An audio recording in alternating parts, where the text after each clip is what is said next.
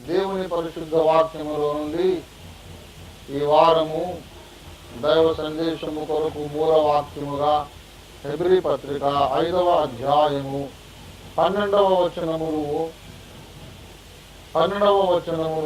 మూల వాక్యముగా మనం చదువుకుందాం.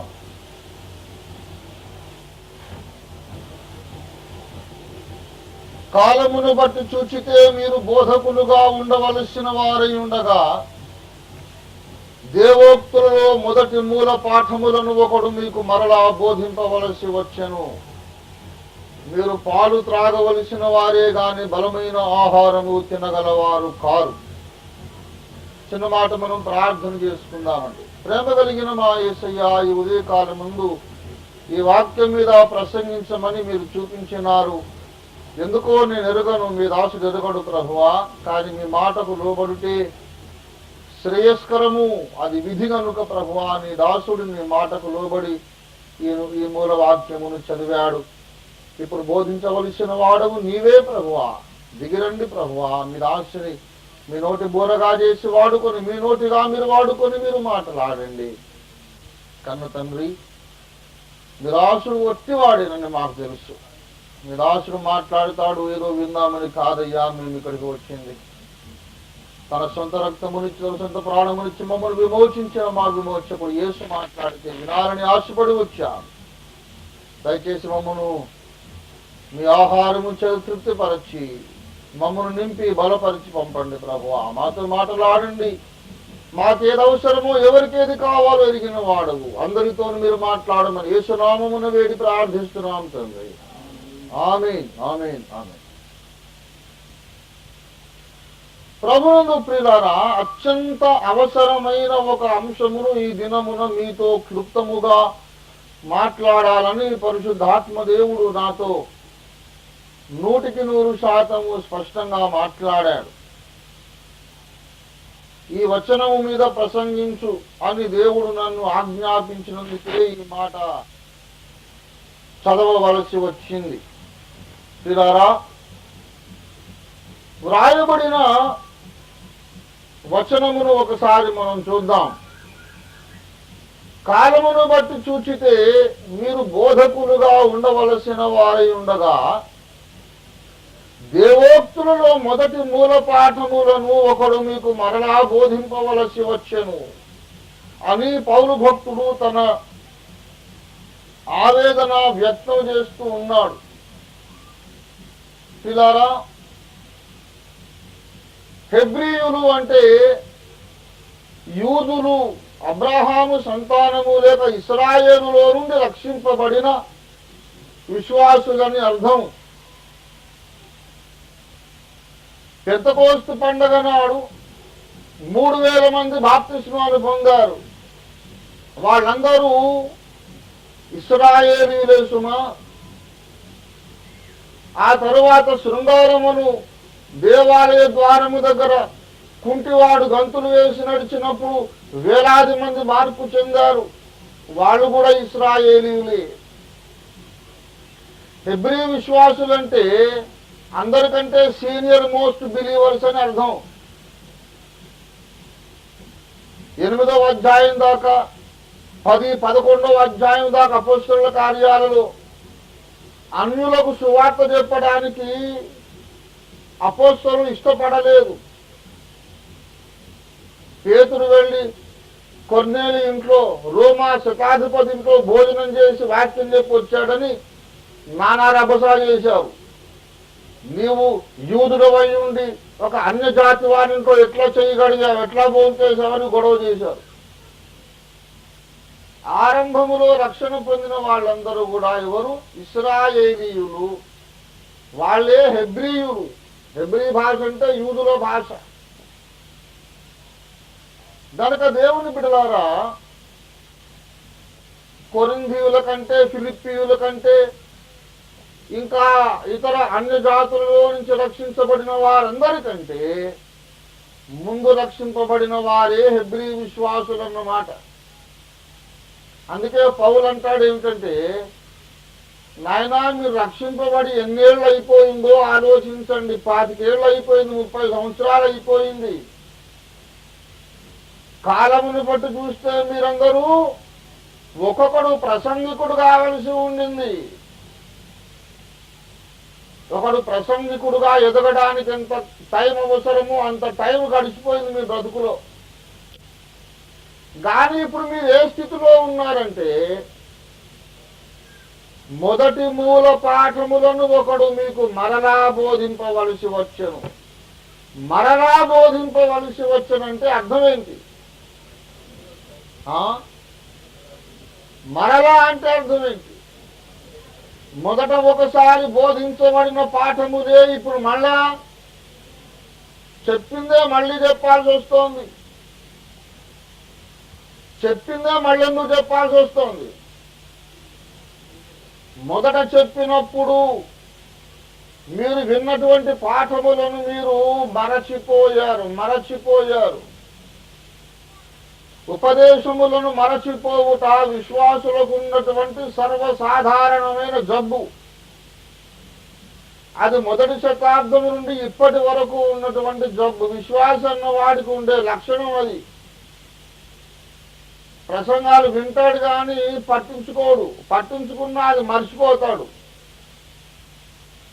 విన్నంతసేపు ఎంజాయ్ చేస్తాడు. చాలా బాగుందండి ప్రసంగం అంటాడు. వచ్చే వారం అడగండి, పోయిన వారం ఏం ప్రసంగం చేశానంటే ఏంటో కానీ బాగా చెప్పాడండి. ఏం చెప్పాడు కానీ బాగా చెప్పాడు. బాగా చెప్పడం ఏంటి ముఖం? అసలు ఏం చెప్పి పాయింట్ ఏమిటి? నువ్వేం తీర్మానం చేసుకున్నావు? పోయిన వారం దేవుడు ఏం గద్దించాడు, నువ్వేం తీర్మానం చేసుకున్నావు? పోయిన వారం అంతా ఏ తీర్మానం ప్రకారం బ్రతికావు? అంతే ఎవరి జ్ఞాపకం ఉంది సార్? ఈ లోకవార్తలు చెప్పుకోవడంతోనే టైం అంతా గడిచిపోయింది. దేవుని వాక్యం ఎవరికి జ్ఞాపకం ఉంది? ఎవరికి గుర్తున్నది? మరచిపోవుట సర్వసాధారణమైన జబ్బు. అందుకే ప్రకటన గ్రంథము 2వ అధ్యాయం 5వ వచనం చూడండి దయచేసి. నీవు ఏ స్థితిలో నుండి పడితివో అది జ్ఞాపకము చేసుకో. ప్రకటన గ్రంథము 3వ అధ్యాయం 3వ వచనం చదువమ్మా. నీవేలాగు ఉపదేశము పొందితివో, నీవేలాగు వింటివో జ్ఞాపకము చేసుకో. జ్ఞాపకము చేసుకోమంటాడు మాటి మాటికి. కారణం ఏమిటి? నీవేలాగు వింటివో జ్ఞాపకం చేసుకో, ఎలాగ ఉపదేశం పొందుతావో జ్ఞాపకం చేసుకో. దేవుని బిడ్డలారా, జ్ఞాపకము చేసుకోమని ఎందుకు మాట్లాడుతున్నాడంటే, మరచిపోవుట విశ్వాసికున్న సహజమైన జబ్బు. నా ప్రాణమా, యెహోవా చేసిన ఉపకారముల్లో దేనిని మరువకు అని ఎందుకు అన్నాడు? మేళ్ళు మర్చిపోతాడు, ప్రసంగాలు మర్చిపోతాడు, ఏమండి దేవుని గద్దింపు మర్చిపోతాడు, దేవుని సన్నిధిలో మోకాళ్ళొంగి చేసిన కన్నీటి తీర్మానం కూడా మర్చిపోతాడు. ఫర్గెట్ఫుల్నెస్, మతి మరుపు అనేది చాలా భయంకరమైనటువంటి లక్షణం ప్రియులారా. ఆఖరికి తీర్మానాలు ప్రసంగాలే కాదు, యేసయ్యను కూడా మర్చిపోతాడు. అందుకే ప్రభు అన్నాడు, నన్ను జ్ఞాపకము చేసుకుంటకై దీనిని. ఎందుకు జ్ఞాపకం చేసుకోవాలి? మర్చిపోతున్నాం కాబట్టి. ఎంత దౌర్భాగ్యం అండి!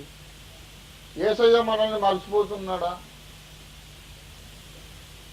తన గర్భమున పుట్టిన బిడ్డను స్త్రీ మరచిపోవునా?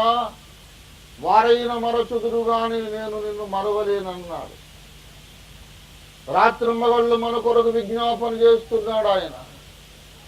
మనమేమో యేసయ్యను మర్చిపోతాం, ఆయన మాటలు మర్చిపోతాం, లేఖనాలు మర్చిపోతాం, మూల పాఠములే మర్చిపోతున్నాం. మూల పాఠాలు మర్చిపోయి ఎక్కడికి నైనా నువ్వు యాత్ర చేసేది?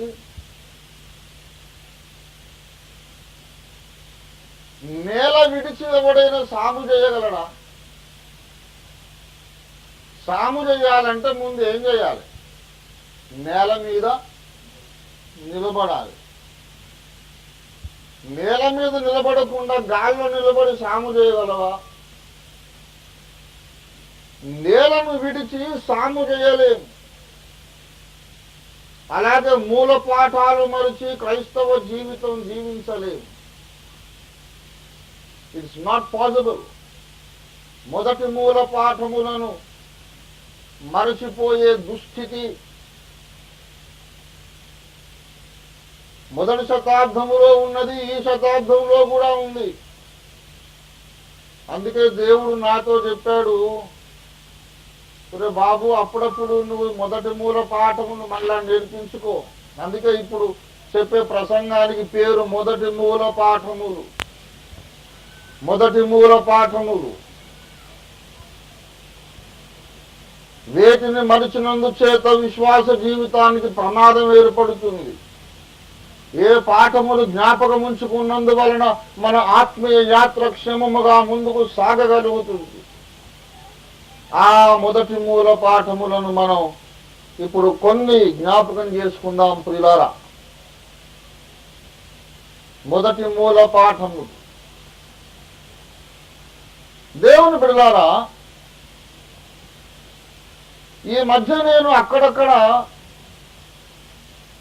దైవ సేవార్థమై పర్యటించినప్పుడు, సంచరించినప్పుడు, వేరు వేరే పట్టణాలకు వెళ్ళి విశ్వాసులతో మాట్లాడినప్పుడు వాళ్ళు లేవనెత్తిన ప్రశ్నలు నన్ను విస్మయానికి గురి చేసినాయి.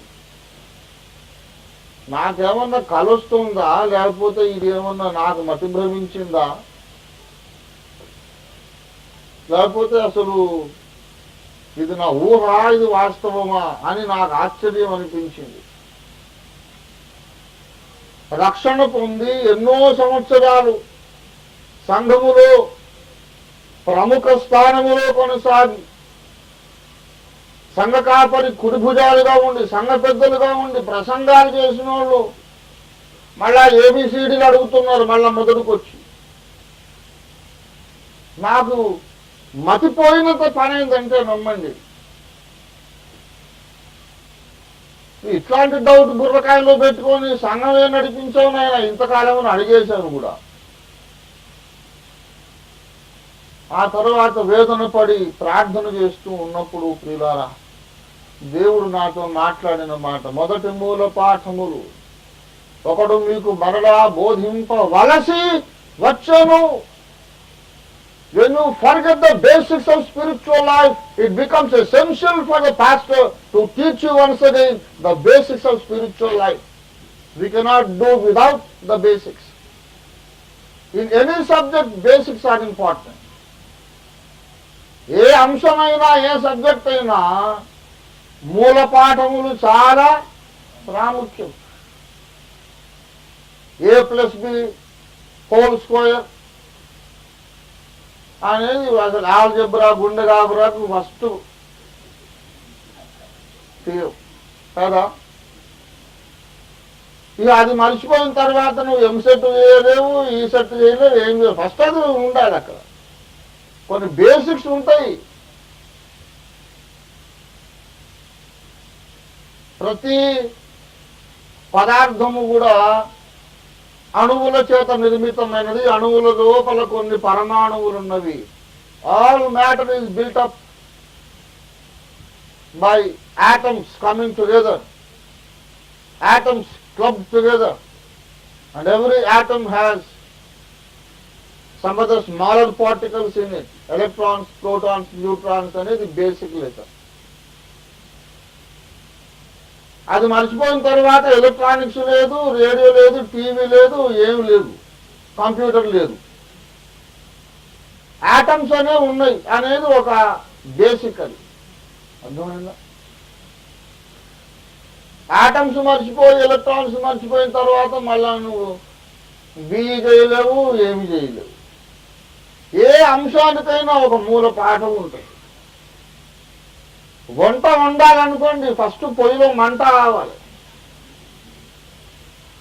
అది బేసిక్. అది వంట వండడానికి పైన కూరగాయల, ఆకుకూరల, చికెనా, మటనా అనేది తర్వాత సంగతి. ముందు కింద మంట లేకపోతే అవి ఏ ముక్కలు వేసినా ఉడకవు. అవునా? కనుక ప్రతిదానికి కొన్ని మూల పాఠములుండును.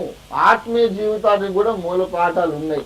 మహాప్రభు పరలోక మర్మాలు, ఇహలోక మర్మాలు, రెండవ రాకడ అన్ని నేర్చుకొని అసలు సంగతులు మర్చిపోయి మళ్ళీ మొదటి పాఠాలు ఇట్లెందుకు అట్లెందుకు అని అడుగుతున్నారు.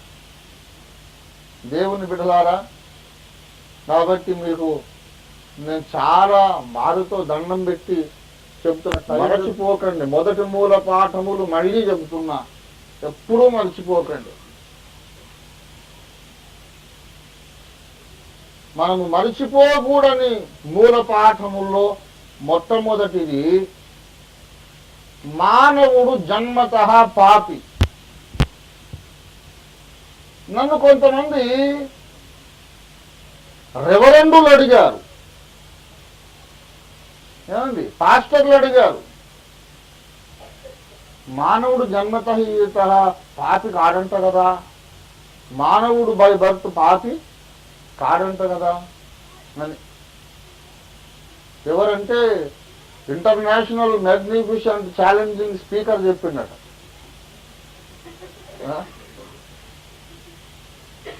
ఎక్కడ దొరుకుతారండి బాబు ఇటువంటి జనాలు? అదొక మర్మము. నేను వాళ్ళని కుర్చీ కట్టేసి కొట్టాలనా, లేకుంటే నా తలకాయ గోడకేసి కొట్టుకోవాలనా, లేకుంటే ఆటో ఎక్కి హుసేన్ సాగర్లో పోయి దూకాలనా, నాకేం అర్థం కాలేదు. మానవుడు జన్మతః పాపి కాడట, పుట్టినప్పుడు పిల్లలు పరిశుద్ధులట. ఇదొక మర్మమట. అది వీళ్ళు వినేసి అది పెద్ద సత్యమని, అబ్బా ఎంత మర్మం కదా, ఎంత మర్మం కదా అని వీళ్ళు మురిసిపోవడం. నేను చెప్తున్నాను, ఖచ్చితంగా నేర్చుకోండి. ఎప్పటికీ మీరు అనుమాన పడనే వద్దు. బైబిల్లోంచి నిరూపిస్తా, ఇవాళ లేఖనములో నిరూపిస్తున్న మొట్టమొదటి జన్మతః మానవుడు పాపి. బేసిక్ లెసన్ ఇది. ఎప్పుడైతే మనము పాపి అని అంటున్నామో బాగా వినండి, మనము క్రియాపాపమును గూర్చి కాదు. పాపము రెండు విధములు. మనము క్రియాపాపమును గూర్చి మాట్లాడడం లేదు, స్వభావ పాపమును గూర్చి మాట్లాడుతున్నాం. పాపం ఎన్ని విధములు? రెండు విధములు. ఒకటేమో క్రియాపాపము, రెండవది స్వభావ పాపం.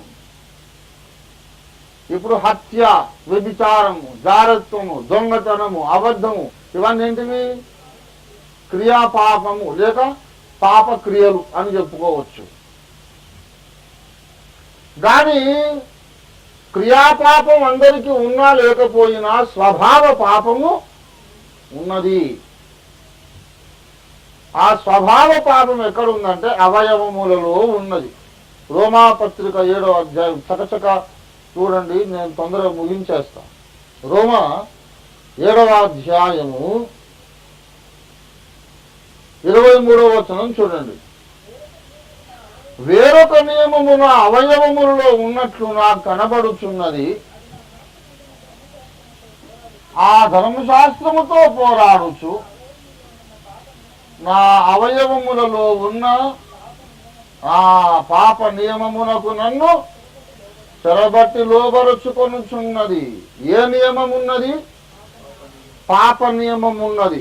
పాప నియమము ఎక్కడ ఉన్నది? అవయవములలో. ఎక్కడ? అవయవములలో ఏమున్నది? పాప నియమము ఉన్నది అవయవములలో. ఏ భేదము లేదు, అందరూ పాపులే అని చెప్పినప్పుడు అర్థం ఏంటంటే అందరి అవయవములలోనూ పాప నియమం ఉన్నదని చెప్తున్నాం. అందరు పాపులు అంటే నేనేం పాపం చేసిన సార్? ఎవరిని కొట్టలేదు. ఓసారి చేవెళ్ళలో బాప్తిసం వేయడానికి పోతే ఒక ఊరామె పాపం అమాయకురాలు బాప్తిసం పొందడానికి బావిలో దిగింది. నాతో పాటు కష్టపడి దిగాలి. ఆ బావి కష్టపడి దిగిన తర్వాత, నువ్వు జన్మము చేత కర్మము చేత పాపినని ఒప్పుకొనుచున్నావా అంటే, నేనేం పాపం చేసిన సారు? ఓ కోడి పెట్ట కూడా దొంగతనం చేయలే అంటే. ఇప్పుడు బాగుంచామని పైకి ఎక్కిరాదు, ముంచరాదు. అమ్మా నువ్వు బాప్తిస్మం కొరకు రెడీగా లేవు, నువ్వు వెళ్ళిపో, అసలు నేను ఎవరమ్మా ఇక్కడ దాకా తెచ్చింది అంటే ఎందుకు నేను ఏ స్వామి నమ్మినా నాకు ఇవ్వాలి, ఇవ్వకపోతే నాకైనా ఇచ్చినట్టు ఉన్నాను కానీ వెనక్కి వెళ్ళిపోయేటట్టు లేదు. అతి కష్టం మీద బతిమాలమ్మా, నీ కడుపులో తలకాయ పెడతా, నువ్వు పోయి ఇక్కడి నుంచి, నేను నీకు బాప్తిసం ఇస్తే దేవుడు నన్ను కొడతాడని చెప్తా. ఎందుకు కొడతాడు, ఏం కొట్టాడు, ఏం కాదు అంటే నేనేం తప్పు చేయను, నాకు బాప్తిసం చేయండి. తప్పు చేయకపోతే బాప్తిసం ఎందుకు? రాగో పొందాలట కదా, పొందుతున్నా కదనట మరి మోక్షం పోయేది అంటుంది. ఆమెను కన్విన్స్ చేయడానికి 40 నిమిషాలు పట్టింది. ఆఖరికి ఇయ్యలేదు, నేనెందుకు ఇస్తా, నేను ఇయ్యలేదు. పాపిని కాను అన్న తర్వాత బాప్తిసం ఎందుకు ఇస్తాము? చాలా మందికి తెలియదు. ఆమె నేను పాపిని కాను అనడానికి కారణం ఏంటి? కనీసం ఒక కోడి పెట్ట కూడా దొంగతనం చేయలేదట. అమ్మా నువ్వు దొంగతనం చేసావా, ఇంకోటి చేసావా సంగతి కాదు. నువ్వు ఏ పాపము చేయకపోయినా నీ అవయవములలో ఏమున్నది? పాప నియమము. పాప నియమము అవయవముల్లోనికి ఎప్పుడు పోయింది? At the time of manufacturing defect అయ్యో. నేను ఎప్పుడు పకోడీ ఉదాహరణ చెప్తుంటా, దృష్టాంతం.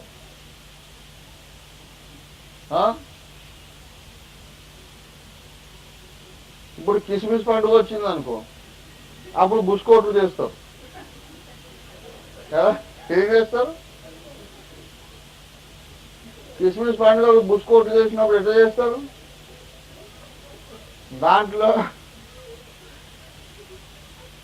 కొంచెం మైదా పిండి, అందులో ఎప్పుడు పక్కోడేనా సార్, ఎప్పుడన్నా మాకు ఇంకేం నేర్పవచ్చు అని మీరు అంటారని ఇప్పుడు బుస్కోట్లు నేర్పిస్తున్నాను. మైదా పిండి, దాంట్లో కొంచెము చక్కెర, తర్వాత పాలు, తర్వాత కోడిగుడ్డు, యాద పెట్టుకుని అరటిపండు కూడా వేస్తే ఇంకా బాగుంటుంది. అరటిపండు వేయకుండా కూడా పర్వాలేదు. ఇవన్నీ వేసినా కూడా కొంచెం సోడా ఉప్పు వేయాలి. అది మర్చిపోయినాం అనుకో రాయి లాగవుతుంది. దావీదు మనుషులను పెట్టినట్టు గొలియాతు కూడా అవుట్ అవుతాడు అంతే. దాన్ని పెట్టి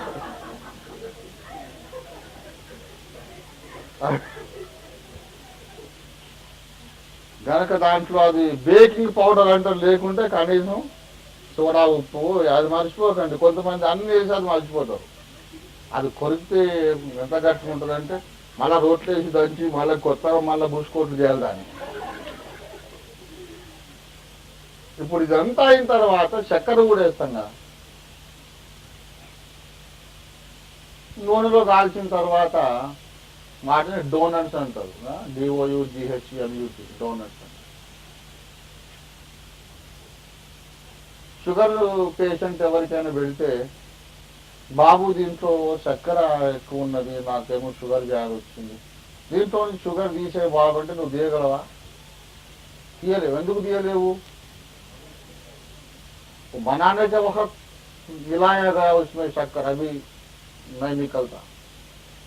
అది అది అది మ్యానుఫ్యాక్చరింగ్ చేసేటప్పుడే దాంట్లో షుగర్ కలుగుతాం, మధ్యలో దాన్ని తీసేయడానికి వీలు. అలాగే అమ్మ కడుపులో మనం పిండముగా తయారవుతున్నప్పుడు మేనమామది నడ్డు సట్టిముక్కు, ఇటు తాతయ్యదేమో హైటు, ఇటు తాతయ్యదేమో వెయిటు, ఆయనదేమో కలరు, ఇంకొకరిదేమో కళ్ళు, ఇట్లా ఆ ఖాందాన్ మొత్తం ఒకరికొకరు సరిగా, ఒకరిదేమో కర్లీ హెయిర్. అసలు తండ్రిది ఆదాం అనే తండ్రిది పాపం.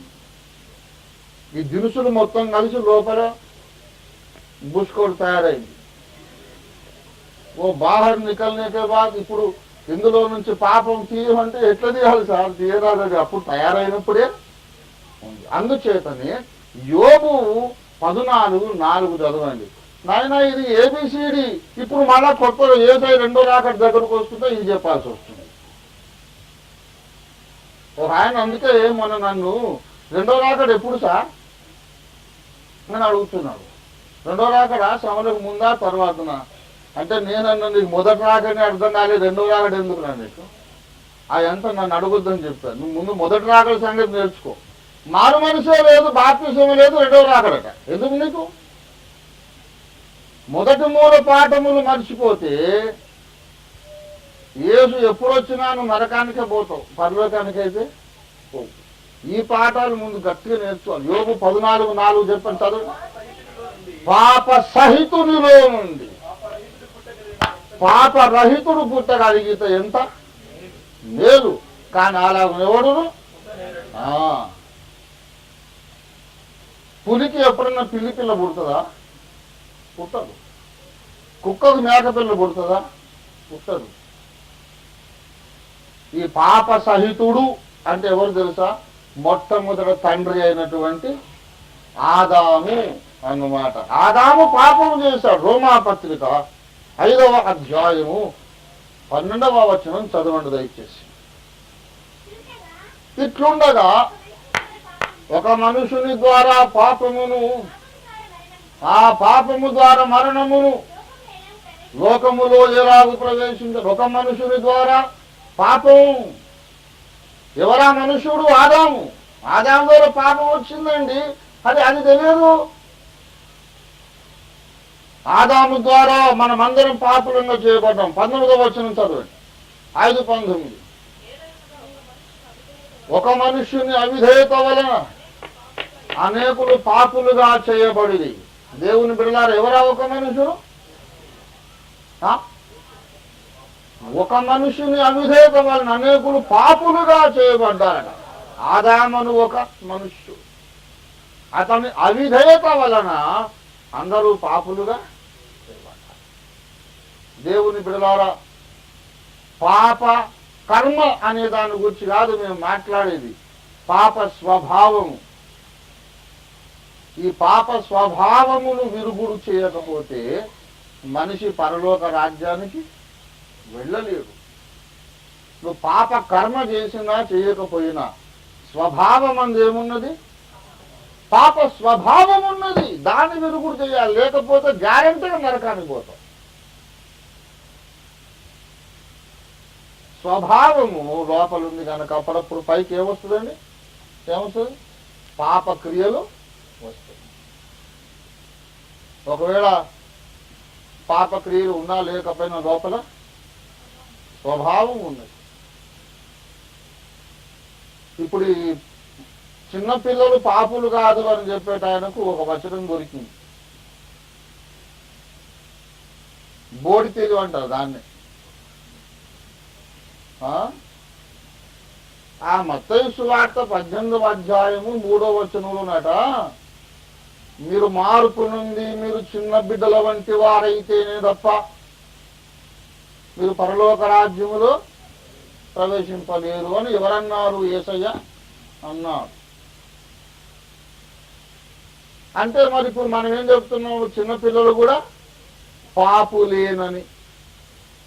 మరి చిన్నపిల్లలు పాపులైతే యేసయ్య ఏమన్నాడు? మీరు మార్పు నుండి పిల్లల వంటి వారు కావాలంటే అర్థం ఏంటి? మీరు మార్పు నుండి పాపులు కావాలన్నా యేసయ్య నేను బోడితుంది. అంటే ఆ మాత్రం ఆవిడ రాకనే భక్త సింగ్ గారు వీళ్ళందరూ మహానుభావులందరూ మనుషులు పాపులని చెప్పారా? మనం ఎంత సంస్కర్తలమైనా ఒక మాట చెబుతున్నా, మనకన్నా ముందున్న పెద్దలను గౌరవించాలి. వాళ్ళందరూ ఫూల్స్ కాదండి. సెయింట్ అగస్టిన్ కానీ, భక్త సింగ్ గారు కానీ, పిఎం సమయూల్ గారు కానీ, ఇలాంటి మా లేమన్స్ స్థాపకుడు అయినటువంటి డానియల్ గారు కానీ, వీళ్ళందరూ దే ఆర్ నాట్ ఫూల్స్. వాళ్ళ కాళ్ళకాడ కూర్చొని తీసుకడానికి కూడా పనికిరాం మనం. ఇప్పుడు వాళ్ళందరూ లేక మనకు ఏమంటారు, మనం వెలుగుతున్నాం కొంచెం. చెట్లు లేని కాడ ఆమె చెట్టు మా వృక్షం అని. అదే ఇప్పుడు డానియలయ్య గారు బ్రతుకుంటే నేను ఇక్కడ కూర్చోను, కాళ్ళకాడ కూర్చొని కాళ్ళు పిసుకుంటుంటా. Yes, I mean it. They are great people. Bakht Singh గారితో మనం ఎన్ని ప్రసంగాలు చేసినా సమానం అవుతామో మనం? ఎప్పటికి కాలేము. ఇప్పుడు టైం వచ్చింది, ఏదో దేవుడు వాడుకుంటున్నాడు. ఎవరు దొరకలేదు ఆ చుట్టుపక్కల. బిలాంను గర్దిద్దామంటే ఎవరు దొరకలేదు, గాడిదే దొరికింది. సరే అరే బాత్ కరోజు గాడిదని పెట్టాడు. మనం ఆ లెవెల్ మనది. అంతేగాని మనం ఏదో గ్రేట్ పరిశుద్ధులను మనం భక్తులను అనుకున్నామంటే మనం దుష్మని జారుతాం. ఏదో ఇప్పుడు 4 ప్రసంగాలు చేతనేది అని వెనుకటోళ్ళందరూ ఫూల్సా? అక్కడ ఏమనుంది? మీరు మార్పునుంది చిన్న బిడ్డల వంటి వారైతే తప్ప పరలోకానికి రారంటే మరి పరిశుద్ధులైతే పరలోకానికి వెళ్ళం కదా. చిన్నపిల్లలకు కావాలంటే పరిశుద్ధంగా కావాలని ఆ ఈక్వేషన్ రాసుకున్నాడు. నేను చెప్తున్నాను, ఓరి పరమశుంఠ, చిన్నపిల్లల వంటి వారు కావాలంటే అర్థం ఏంటిదంటే, చిన్న పిల్లలలో ఒక బలహీనత ఉంటుంది. Please listen to me carefully and learn very clearly. చిన్న పిల్లలలో పాప నియమం ఉన్నది, కానీ అది క్రియగా మార్పు చెందడానికి, క్రియగా ట్రాన్స్లేట్ చేయబడడానికి ఈ శరీర అవయవాలు ఇంకా అప్పటికి పరిపక్వము కాలేదు. ఇప్పుడు మాటలే రాదా, మమ్మీ డాడీ అనేదే రాదు, అబద్ధం ఎట్లా చెప్తాడు వాడు? నాలుక ఉన్నది కానీ అబద్ధమాడుటకు తగినంతగా అది పరిపక్వం కాలేదు. అలాగే లైంగిక అవయవాలు ఉన్నవి కానీ జాగ్రత్తము చేయుటకు తగినంతగా అవి ఇంకా పరిపక్వం కాలేదు. చిన్నప్పటి నుంచే లోపల విషం ఉంది, మాటలే రావు కాబట్టి అప్పుడు అబద్ధం ఆడడు. మాటలు నేర్చుకున్న తర్వాత అబద్ధాలు మొదలు పెడతాడు. చిన్నప్పటి నుంచే వీడు పాప ఇది బాబు అని అంటున్నాం, కానీ పరిపక్వం కాలేదు కనుక తప్పులు వ్యభిచారం చేయరు. తగినంతగా శరీరం పరిపక్వమైనాక జాగ్రత్తలు స్టార్ట్ చేస్తారు. జాగ్రత్తం స్టార్ట్ చేయకపోయినా కనీసము మనస్సులోనన్న జాగ్రత్తం చేయడం మొదలు పెడతారు. The body is ripe enough and mature enough. చిన్నపిల్లలలో అవయవములలో పాప నియమం ఉంది, కానీ అది క్రియగా మారడానికి అవకాశం లేదు. విశ్వాసులైన మీరు కూడా ఆ స్థితికి మళ్ళా రండి అంటాడన్నమాట. అది యేసయ్య చెప్తున్నమాట. మీలో పాప నియమం ఉన్నది, ఉండవచ్చున్నది, ఉంటుంది. ఎప్పటి వరకు ఉంటుంది పాప నియమం?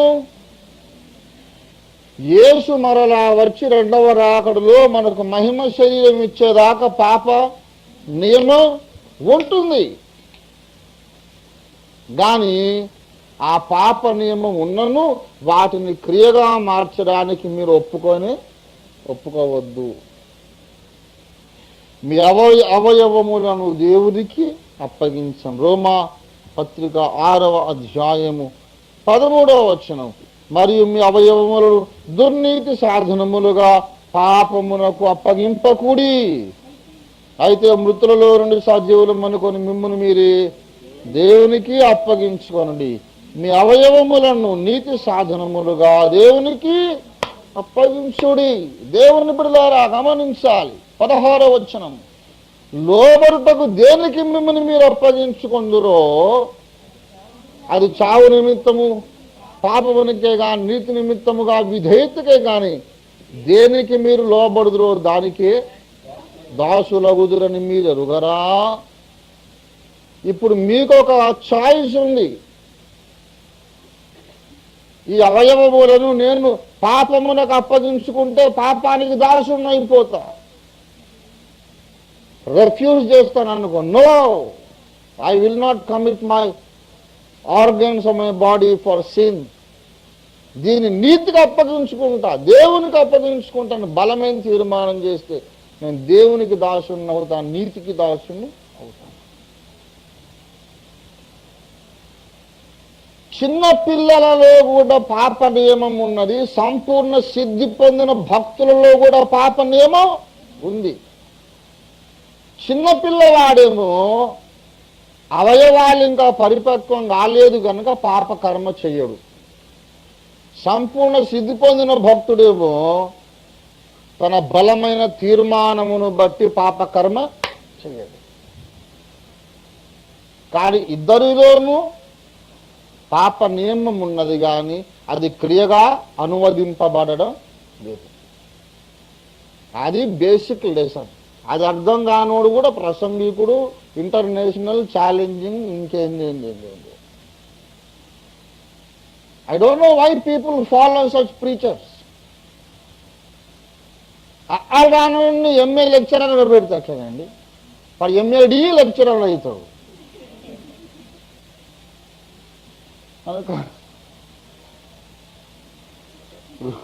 ఇది బాధతో వచ్చే కోపం. ఇది బాధ కాదా? బైబిల్లో ఆలు రాకుండా అందరినీ కన్ఫ్యూజ్ చేస్తుంటే, ఎవరి కొరకు నా ప్రభు రక్తం ఇచ్చి ప్రాణం ఇచ్చి విమోచించాడో వారిని మళ్ళా వెనుక నరకం దారి పట్టిస్తున్నారు వీరు. కనుక ప్రియులారా, లెసన్ నంబర్ 1 ఏమిటి చెప్పండి? జన్మము చేత ఆదాము కుటుంబములో పుట్టిన ప్రతి మానవుడును నిస్సందేహముగా పాపి కాడని చెప్పడానికి మత్తయి 18:3 వాడుకోవడానికి వీలు లేదు. ఏ వచనములు బట్టి వీలు లేదు? యోబు 14:4 బట్టి పాప సహితునిలో నుండి పాపరహితుడు అలా ఎన్నడును ఎవడును పుట్టనేరడు. ఆదాము పాపము చేశాడు గనక ముందు పుట్టినోడే నరహంతకుడు. అక్కడి నుంచి మనం అందరము పాపులమే. మనలో కొంతమంది పాపకర్మ చేసి ఉండొచ్చు. కొంతమంది పెద్దలకు భయపడి, సమాజానికి భయపడి, అవకాశం లేక చేయకపోయి ఉండొచ్చు. నీవు పాప క్రియలు చేసినా చేయకపోయినా స్వభావమును బట్టి నీవు పాపివి అనేది నీవు గ్రహించుకోవాలి. మనమందరం గ్రహించుకోవాలి. దేవునికి స్తోత్రం కలుగును గాక. నంబర్ 2 ఎన్నో ఉన్నాయి చెప్పుకోవాలంటే, ఇప్పుడు సమయం లేదు.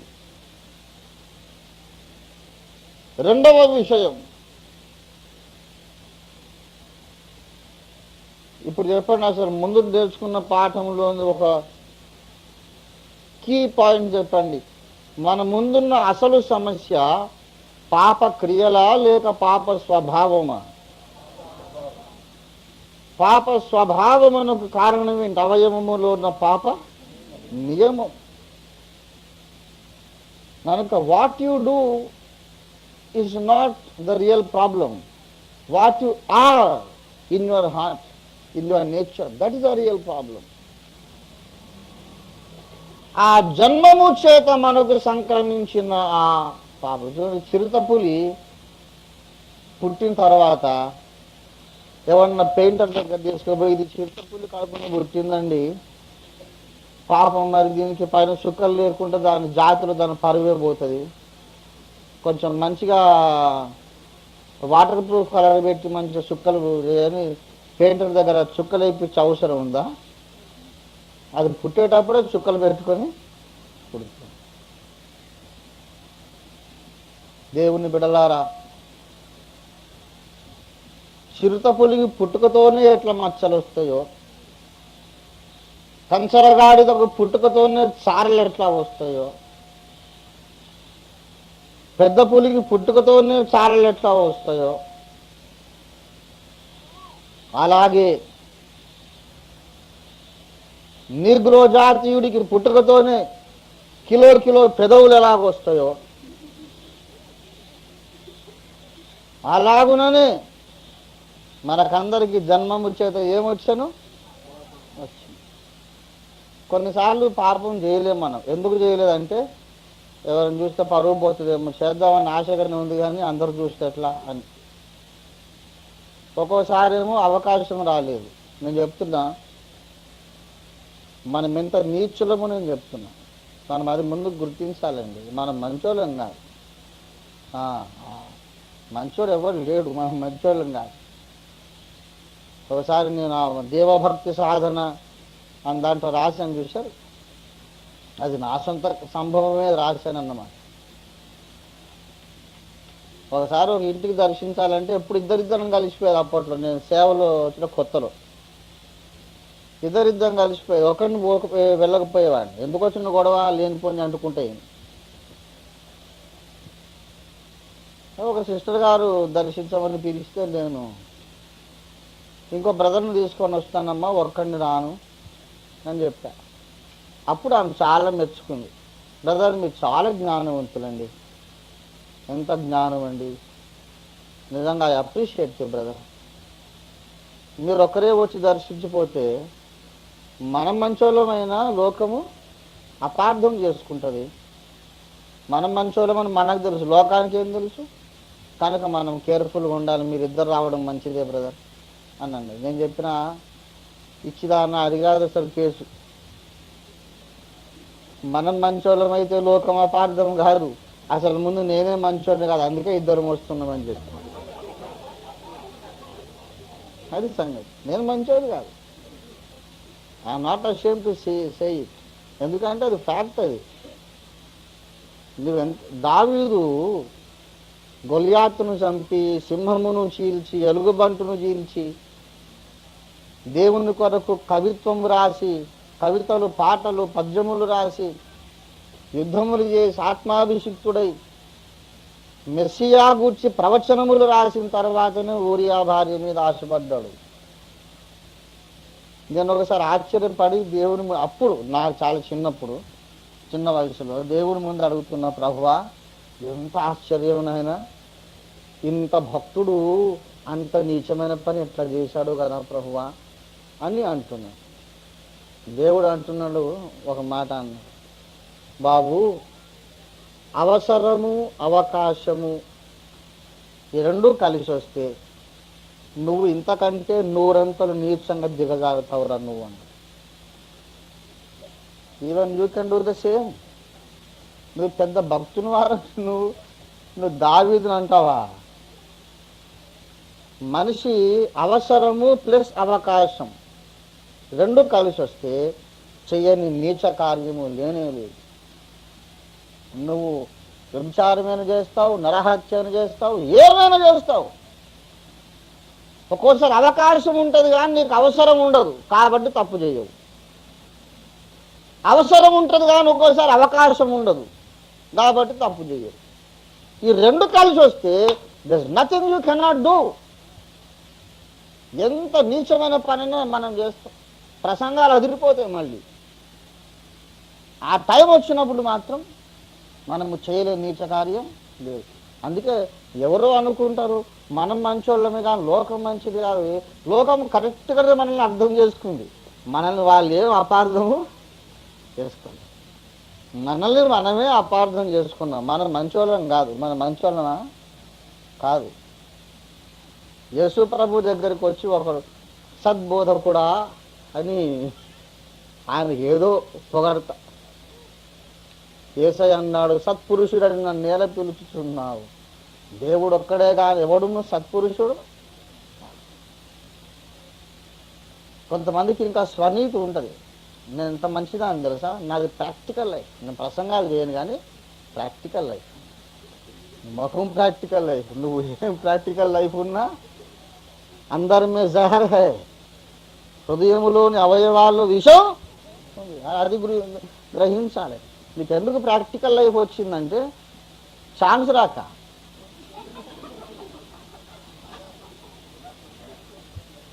కనుక దేవుని బిడ్డలారా, మనం ఏదో ఈ స్వనీతి గర్వం వదిలిపెట్టాలి. మనం అందరమును జన్మత, అర్థమైందా గట్టిగా? ఎవరైనా చెప్తే మీరు ఒప్పుకోకండి. చిన్నపిల్లలు పరిశుద్ధులు అంటే నీ మొహం నోరు మూసుకోమని చెప్పాను. దావీదు భక్తుడు ఏం చెప్పాడు? 51వ కీర్తన దావీదు భక్తుడే అన్నాడు, పాపములోనే నా తల్లి నన్ను గర్భమున ధరించను, పాపములో నేను పుట్టిన వాడను, తల్లి గర్భమున నే ధరింపబడినప్పుడే దురితుడనై యుటిని, తల్లి గర్భమునానే ధరింపబడినప్పుడే దురితుండనయుంటిని. నా వల్ల చేయబడెడు ఎల్లా కార్యములెప్పు దేహ్యంబులైయుండగా. నా వల్ల చేయబడెడు ఎల్లా కార్యములెప్పు దేహ్యంబులైయుండగా. తల్లి గర్భమున నేను ధరింపబడినప్పుడే దురితుండనయుంటి. అప్పుడు మొదలైంది నా పాప చరిత్ర. పుట్టిన తర్వాత చిన్నగా లడ్డులాగా ఉండేది. నేను చిన్నప్పుడు నా ఫోటో చూడండి, రౌండ్గా మొత్తం బంతిలాగా ఉండేదన్న. ఎంత ముద్దొచ్చానో, ఎత్తుకోలేకపోయేదట నన్ను ఎవరన్నా. ముద్దొచ్చి ఎత్తుకుంటే 2 నిమిషాలకే పక్కోనికి ఇవ్వాలి. మొత్తం ఇనుపగుండి ఎత్తుకున్నట్టే. ఎంత ముద్దో, ఖాళీ మొత్తం నా చుట్టే ఉండదట ఎప్పుడు.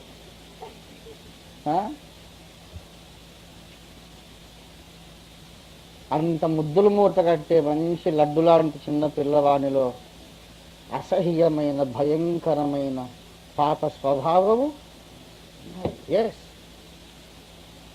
అది నాకు ఎప్పుడు తెలిసిందంటే అవయవములు పరిపక్వమైనప్పుడు తెలిసింది. అరే, నా లోపల ఇంత విషం ఉన్నదా అని అప్పుడు అర్థం. కనుక మొట్టమొదటి మూల పాఠ మానవుడు పాపి.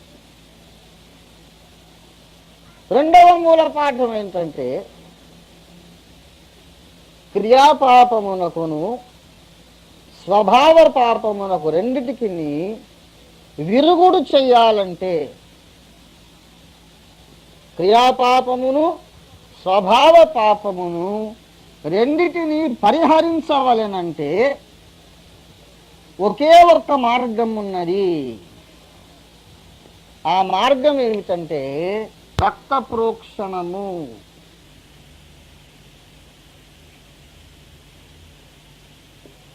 ఆ రక్తమునకు ఉండవలసిన లక్షణములు. రక్త ప్రోక్షణము లేకుండా పాప క్షమాపణ కలుగుట అసాధ్యం అన్నాడు. ఎక్కడన్నాడు మీకు తెలుసు, కానీ సందర్భాన్ని బట్టి చెబుతున్నా. హెబ్రీ పత్రిక 9:22 రాసుకోండి కావలసిన వారు. హెబ్రీ పత్రిక 9:22. రక్తము చిందింపకుండా పాప క్షమాపణ కలుగదు. అయితే ఆ రక్తము మామూలు రక్తం కాదండోయ్. 10వ అధ్యాయము హెబ్రీ పత్రిక 10వ అధ్యాయము 4లో చెప్పాడు, ఎడ్ల యొక్కయు మేకల యొక్కయు రక్తము పాపములను తీసివేయుట అసాధ్యం. రక్తం అనగానే మామూలు రక్తం కాదు. ఆ రక్తమునకు కొన్ని లక్షణములు ఉండవాలి. మొట్టమొదట 1 పేతురు పత్రిక 1వ అధ్యాయము 19వ వచనములో నిష్కళంకమైన రక్తం. చదవమ్మా.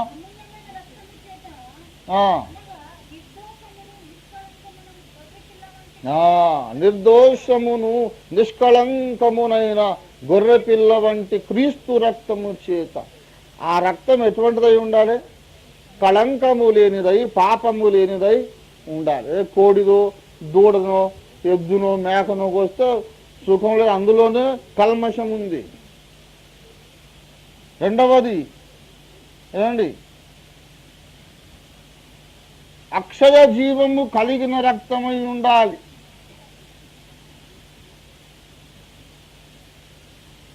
These are basics of spiritual life and Christian life. आल ये भूल गए तो और कुछ किसी को कोई फायदा नहीं है. అక్షయ జీవము కలిగిన రక్తం కావాలి. ఎక్కడున్నమాట? హెబ్రీ పత్రిక 7వ అధ్యాయము 16వ వచనం చదవండి. 15-16 కలిసి ఉన్న భాగం చదవండి.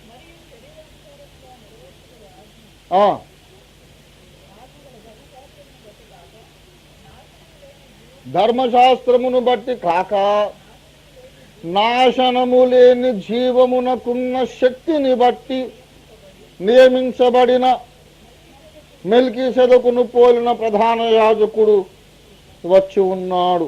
నాశనము లేని జీవము. ఏం జీవం అది? నాశనము లేని జీవం. చెప్పండి, ప్రాణం అనేది ఎక్కడుంటుందండి? ప్రాణం అనేది ఎక్కడుంది? రక్తములో ప్రాణం ఉన్నది కదా. రక్తములో ప్రాణం ఉన్నది. ఆదికాండము 9వ అధ్యాయము 4వ వచనం చదవండి దయచేసి. 9:4. ఆయనను మాంసమును దాని రక్తముతో త్రాగకూడదు, తినకూడదు. మాంసమును దాని రక్తముతో తినకూడదు, రక్తమే దాని ప్రాణము. లేవియాకాండం పాత నిబంధనలో 96వ పేజీ. లేవియాకాండము 17వ అధ్యాయము 11వ వచనం. రక్తము దేహమునకు ప్రాణము, మీ నిమిత్తం ప్రాయశ్చిత్తం చేయునట్లు బలిపీఠం మీద పోయడానికి. దేవునికి స్తోత్రం. గమనించాలి, రక్తము దేహమునకు ప్రాణం. ఇప్పుడు కోడి యొక్క ప్రాణము ఎక్కడ ఉన్నది? కోడి యొక్క రక్తంలో ఉంది. మేక ప్రాణం ఎక్కడుంది? మేక రక్తంలో ఉంది. యేసు రక్తములో కూడా ఒక ప్రాణం ఉంది కదా.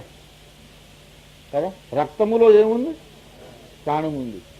కోడి రక్తములో కోడి ప్రాణం ఉంది, మేక రక్తంలో మేక ప్రాణం ఉంది. మరి యేసు రక్తంలో ఏం ప్రాణం ఉందంటే సృష్టికర్త అయిన దేవుని ప్రాణం ఉంది. That is the reason. అపొస్తలుల కార్యాలు 20వ అధ్యాయం 28వ వచనములో దేవుడు తన స్వరక్తమిచ్చి సంపాదించిన సంఘము అని సంఘాన్ని అభివర్ణించాడు. దేవుని స్తోత్రం కలుగునుగాక. హల్లెలూయా. శిలువ మీద కార్చబడిన రక్తం ఏం రక్తం అండి?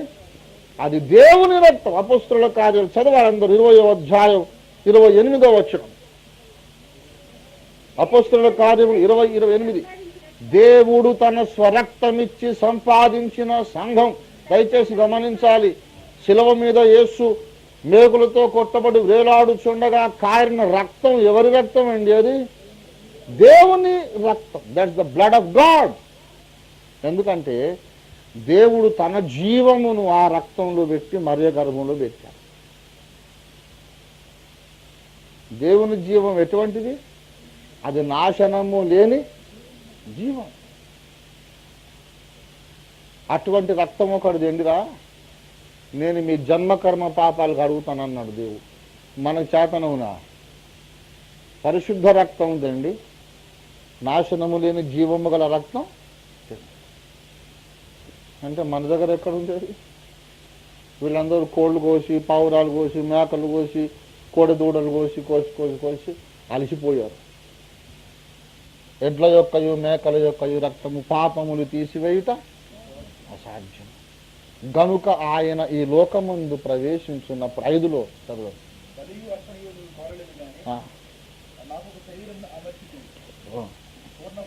కొంచెం ఆగండి నాయన. హెబ్రీ పత్రిక ఆ 10వ అధ్యాయములో 5వ వచనం చదవండి మళ్ళీ. అదిగది నాకు ఆ మాట కావాలి. ఏ మాట? మొదటి మాట. ఏం కావాలి నాకు? కాబట్టి. చాలా పెద్ద మాట. నేను ఎప్పుడు చెప్తా, ఇటువంటి కనెక్టింగ్ వర్డ్స్ చాలా కీలకం. అది మర్చిపోతే మొత్తం బైబిల్ యొక్క సెన్సే మనం నష్టపోతాం. ఆయన ఈలాగు చెప్పుచున్నాడు. ఏమి చెప్పుచున్నాడు చెప్పండి. కాబట్టి ఆయన ఈ లోకమందు ప్రవేశించినప్పుడు ఇలాగ చెప్పుచున్నాడు. ఏమని చెప్పుచున్నాడు? బలి అర్పణమును నీవు కోరలేదు కానీ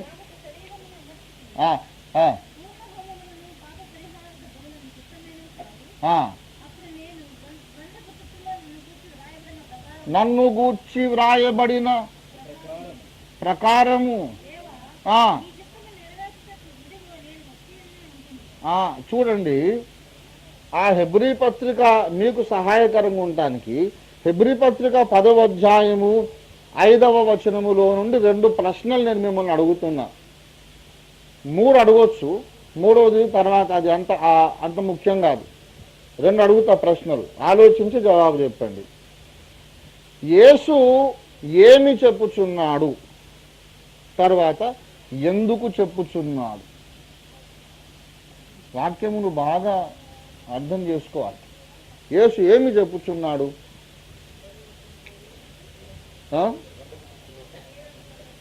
బలియు అర్పణమును నీవు కోరలేదు గాని కన్యమరియ గర్భములో నాకొక శరీరం అమర్చితివి కనుక అందులోకి వెళ్ళుచున్నాను. వెళ్ళి ఏం చేస్తా? నీ చిత్తము గ్రంథపు చుట్టలో రాసిన ప్రకారము తండ్రిని చిత్తము చేయడానికి మరియమ్మ కడుపులో ఉన్న ఆ బాడీ ధరించుకోవడానికి వెళుతున్నా అని చెప్పి వచ్చాడు. ఏమి చెప్పుచున్నాడు? బలి అర్పణము నీవు కోరలేదు, దానికి బదులు నాకే ఒక శరీరం. మానవులు అర్పించే బలులకి ఆల్టర్నేటివ్, అసలు అది లాభం లేదు, సబ్స్టిట్యూట్ అన్నమాట. ఆ బలితో ఏ లాభం లేదు. నా శరీరమే బలిగా అర్పించడానికి నేను ఆ శరీరము ధరించుకోవడానికి వచ్చాను. ఏమి చెప్పుచున్నాడంటే అది. ఎందుకు చెప్పుచున్నాడు? అంతకుముందు అర్పించిన బలులు పనికి రాలేదు కాబట్టి, అంతకుముందు మనుషులు అర్పించిన బలులు పాపములను తీసివయ్యా లేకపోయినాయి కాబట్టి, ఈ కారణం చేత యేసుగాక ఇంకా ఎవరునూ మన పాపములను క్షమించలేదు. That is second basic lesson. క్రైస్తవ సంఘం యొక్క ఆ సందేశం ఏంటి? మన సందేశం ఏంటంటే అపోస్తలుల కార్యాలు 4:12. ఆ మెసేజ్ కొరకే అపోస్తలులందరినీ చంపారు. ఇప్పటిదాకా మనల్ని కొడుతున్నారు, చంపుతున్నారు. ఏంటి? మరి ఎవరి వలనను రక్షణ కలుగదు. That is the message of the church. కొంతమంది ఏదో సోది మాట్లాడుతుంటారు. క్రైస్తవ సంఘం యొక్క మెసేజ్ చాలా గొప్పదండి అంటావు. ఆయన అంటున్నాడు, ఏంటి గొప్పదంటే, ఒక చెంప కొడితే ఇంకో చెంప దింపబడినది. ఎంత గొప్పదంటే వాడి చెంప మీద కొట్టడానికి లైసెన్స్ దొరికిందన్నమాట. మనమేమనొద్దు, ఒక చెంప మీద కొడితే ఇంకో చెంప దిప్పు అనేది ఈ లోకమునకు సంఘమిచ్చే సందేశం కాదు. లోకమునకు సంఘమిచ్చే సందేశం ఏంటంటే, మరి ఎవరిని వలనను రక్షణ కలగదు. ఈ భూమి మీద దేవతలు అనబడిన వారు, దేవుళ్ళు అనబడిన వాళ్ళు కోటాను కోట్ల మంది ఉన్నారు. ఒక్కరికి కూడా నీ పాపములు క్షమించే అధికారము లేదు లేదు లేదు లేదు. యేసును గాక ఇంకెవరిని నమ్మినా నువ్వు చచ్చిపోయిన తర్వాత 100% గ్యారంటీగా నరకానికి వెళుతావు. That is the message of the Bible.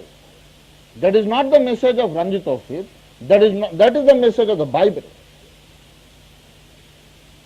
అది బైబిల్ చెప్తోంది, నేను చెప్పట్లే. నన్ను కొట్టొచ్చు, చంపొచ్చు, బొంగబెట్టవచ్చు, కానీ బైబిల్ ఏం చేస్తావు? బైబిలు దేవుని వాక్యం, సకల వేదముల సారము కూడా ఇదే చెబుతోంది. ఏంటంటే రక్తము చిందింపకుండా పాప క్షమాపణ కలుగదు. మరి ఎవరిని వలనను రక్షణ కలుగదు. ఈ నామముననే, అనగా యేసు నామముననే మనము రక్షణ పొందవాలి. కొంతమంది విశాల హృదయులు ఈ దేవునికోసారి ఆ దేవునికోసారి మొక్కుతారు. ఏదో 10 రాళ్ళు వేస్తే దగ్గరకు పోద్దాను. 10 రాళ్ళు వేస్తే ఏదన్నా ఒకటి తగులుతుంది. 10 మందికి మొక్కితే ఎవడో ఒకటి కాపాడుతాడులే అనేది కాదు. ఎవ్వరు కాపాడరు. యేసయ్యకు ఒక్కనికి అధికారం ఉంది మన పాపములు క్షమించడానికి. అందుకే మనము నమ్మి బాప్తిస్మం పొందాలి. తర్వాత ఇతరులకు కూడా సువార్త. ఇంకా చాలా ఉన్నాయి, కానీ వెరీ ఇంపార్టెంట్ లెసన్స్ ఇవి. నంబర్ 3 చెప్తా. ఇంకో 2 చెప్పి ముగిస్తా, టైం లేదు. 3వది ఏమిటంటే, రక్షింపబడిన ప్రతివారును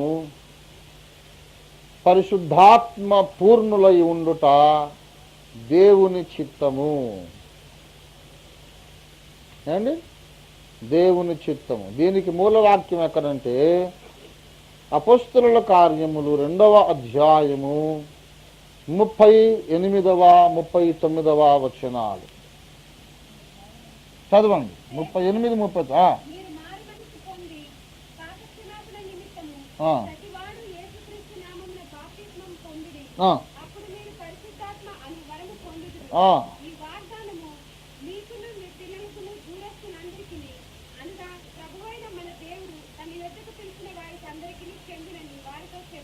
ఈ వాగ్దానము ఎవరెవరికి చెందునో చెబుతున్నాడు, గమనించండి. ఈ వాగ్దానము మీకును. మీకు అంటే అర్థం ఏంటి? ఆహా,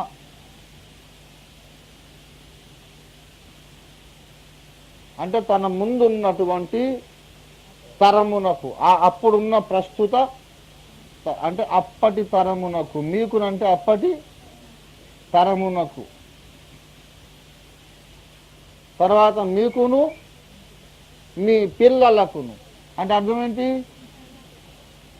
పిల్లలకంటే రాబోవు తరములకు, ఫర్ కమింగ్ జనరేషన్. అరే ఎంత నెత్తి నోరు కొట్టుకొని చెప్పిన కొంతమంది పరిశుద్ధాత్మ ఇప్పుడేందండి, అప్పుడే అయిపోయాయి. అప్పుడు పరిశుద్ధాత్మ మొదటి శతాబ్దంలో అప్పుడు ఆత్మ పొందారు, ఇప్పుడు మనం పొందక్కర్లే అని చెప్తారు. కానీ బైబిల్ ఏం చదివావు అసలు? ఎందుకు బోధకు వచ్చి ఎవరు రమ్మన్నాడు నిన్ను? అసలు మనుషులను జరగొట్టడానికి రావడం బోధకు. ఎవరెవరికి చెందిన ఈ వాగ్దానం? మీకును, నా ముందు నిలబడ్డ మీకు, మీ పిల్లలకు, అంటే నెక్స్ట్ జనరేషన్, మీ పిల్లలకు, వారి పిల్లలకు, వారి పిల్లలకు. అయ్యా ఇది మరి వాళ్ళ పిల్లలకంటే ఎన్నో తరము వరకు, 7వ తరమా 8వ తరమా, ఎన్నో తరం దాకా అని అడుగుతారని ఇక వాళ్ళు వీళ్ళని ఎందుకు బాబు, ఎన్ని తరాలను ఎందుకు, ఒకటే గుండు గుత్త, ఒకటే మాట చెప్తున్నా. ఏంటంటే ప్రభువైన మన మీకును, నా ముందు నిలబడ్డ మీకు, మీ పిల్లలకు, అంటే నెక్స్ట్ జనరేషన్, మీ పిల్లలకు, వారి పిల్లలకు, వారి పిల్లలకు. అయ్యా ఇది మరి వాళ్ళ పిల్లలకంటే ఎన్నో తరము వరకు, 7వ తరమా 8వ తరమా, ఎన్నో తరం దాకా అని అడుగుతారని ఇక వాళ్ళు వీళ్ళని ఎందుకు బాబు, ఎన్ని తరాలను ఎందుకు, ఒకటే గుండు గుత్త, ఒకటే మాట చెప్తున్నా. ఏంటంటే ప్రభువైన మన దేవుడు తన వద్దకు పిలిచిన వారికందరికీ ఈ వాగ్దానం చెందును. ఏ వాగ్దానం చెందును? పరిశుద్ధాత్మను గూర్చిన వాగ్దానం. దేవుని స్తోత్రం కలుగునుగాక. హల్లెలూయా. ఈ తరము కానీ రాబోయే తరము కానీ 2000 సంవత్సరాల పాటు సంఘ యుగములో ఆఖరి తరం దాకా, అంటిల్ ద లాస్ట్ జనరేషన్, యేసు 2వ రాకడ టైంలో బతుకున్న విశ్వాసి వరకు, లాస్ట్ బాప్తిసం పొందిన వరకు ఈ వాగ్దానం చెందును. ఎవరికైనా డౌట్ వచ్చింది అనుకోండి, ఆత్మను కూర్చిన వాగ్దానం పౌలుకేనా లేకుంటే నాకు కూడా ఏమన్నా ఉందా, అసలు నేను కూడా పొందొచ్చా సార్ అని డౌట్ ఉంటే నేను ఒక మాట అడుగుతున్నా. ప్రభువైన దేవుడు నిన్ను పిలిచాడా లేదా తన వద్దకు రమ్మని? నా కుమారుడా రా నా దగ్గరికి, పిలిచాడా లేదా? నిన్ను దేవుడు పిలిచాడు కాబట్టే సంఘంలోకి వచ్చావు. దేవుడు ఎందరిని పిలిచాడో వారికి అందరికీ ఈ వాగ్దానం వచ్చింది. నువ్వు పొందకపో అది వేరే విషయం. పొందితేనేమో పరిశుద్ధాత్మ మీ మీదకి వచ్చినప్పుడు మీరు శక్తి పొందుదురు. పరిశుద్ధాత్మ మీ మీదకి వస్తే మీరు బలవంతులైన క్రైస్తవులు అవుతారు, రాకపోతే బలహీనమైన క్రైస్తవులు అవుతారు. బలవంతులైనా బలహీనులైనా పరలోకానికైతే వెళతారు. ఎందుకంటే రక్తము ద్వారానే కదా మనం పరలోకానికి వెళ్ళాం. నువ్వు బలవంతునుగా బ్రతికితే బలమైన కార్యాలు చేసి పరలోకానికి వెళతావు, బహుమానం ఉంటుంది. బలహీన క్రైస్తవుడుగా బ్రతికితే దేవుని కొరకు ఏం చేయకుండా పరలోకానికి వెళతావు, బహుమానం ఉండదు. కానీ పరలోకమైతే నీదే, యేసు రక్తాన్ని బట్టి. దేవుని స్తోత్రం కలిగి గాక. కొంతమంది యేసు రక్తం ఒప్పుకున్నాడు ఒక బోధకుడు, ఆత్మ ఇప్పుడు లేదనేటోడు ఇంకో బోధకుడు. ఇది మూల పాఠాలండి, బేసిక్. 4వ సంగతి, రక్షణ పొందిన ప్రతివాడును పరిశుద్ధుడగుట దేవుని చిత్తం. ఇక్కడ కాంప్రమైజ్ లేదు. ఒకవేళ దేవుడు దిగొచ్చి ఇప్పుడు నాతో వాదం పెట్టుకున్నాడు అనుకోరే, పరిశుద్ధుడు కమ్మని అందరికీ చెప్తున్నావు, నువ్వు పరిశుద్ధుని వారా? నీ జీవితంలో ఆ పాపం ఈ పాపం ఉంది కదా, నువ్వు పరిశుద్ధుని కాదు కదా, కనుక నువ్వు నీ డాక్టర్ని మార్చుకో అంటే నేనేం చెప్తానంటే, ప్రభువా సిద్ధాంతం మార్చుకోను. నేను యోగ్యుని గాను నువ్వు అంటే సేవ మానుకొని ప్రసంగం మానుకొని వెనక లైన్లో పోయి కూర్చుంటా. యోగ్యుడెవడో వానితో ప్రసంగం చేయించుకో, వెనక లైన్లో కూర్చుంటా, నాకు ఇష్టమే. యోగ్యుడెవడో అతను వచ్చి ఇక్కడ మాట్లాడని. దాన్ని చెప్పాల్సిన బోధ మాత్రం ఏంటంటే మీరు పరిశుద్ధులగుటయే దేవుని చిత్తం. There is no compromise. ఎందుకంటే మన దేవుడు మిమ్మల్ని పిలుచుచున్నవాడు పరిశుద్ధుడై ఉన్న ప్రకారము మీరును పరిశుద్ధులై ఉండండి. దయచేసి 1 పేతురు పత్రిక 1వ అధ్యాయం 16వ వచనం. కాగా మీరు విధేయులకు పిల్లలై పూర్వపు అజ్ఞాన దశలో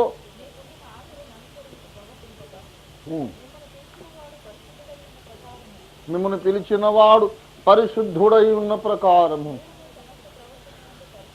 క్రైస్తవుడైన ప్రతివాడును తన సమస్త ప్రవర్తన యందును పరిశుద్ధుడై ఉండాలి. మూల పాఠాలండి. పరిశుద్ధతయే నీ మందిరమునకు అనుకూలమని రాయించాను ఆ వచనం. పరిశుద్ధత లేకుండా ఎవడును ప్రభువును చూడడు. మొన్ననే నా సాక్ష్యంతో పాటు చెప్పి ఇక్కడ పాట పాడాను. ఒకసారి నేను దేవుని దగ్గర మోకరించి ఇదే గది ప్రార్థన చేస్తున్నా. ప్రభువా, నాకు అన్య భాషల వరమిచ్చావు, నీకు స్తోత్రం. పాటలు రాస్తాను, కవిత్వం రాస్తా, తర్వాత నేనేమంటారు రాగాలు కడతాను, పాటలు పాడతాను, నేను ఇంకెన్నెన్నో చేస్తా, నాకు ఇవన్నీ నాకు ఇచ్చావు కనుక నీకు వందనాలు అని చెబుతున్నా. ప్రార్థన.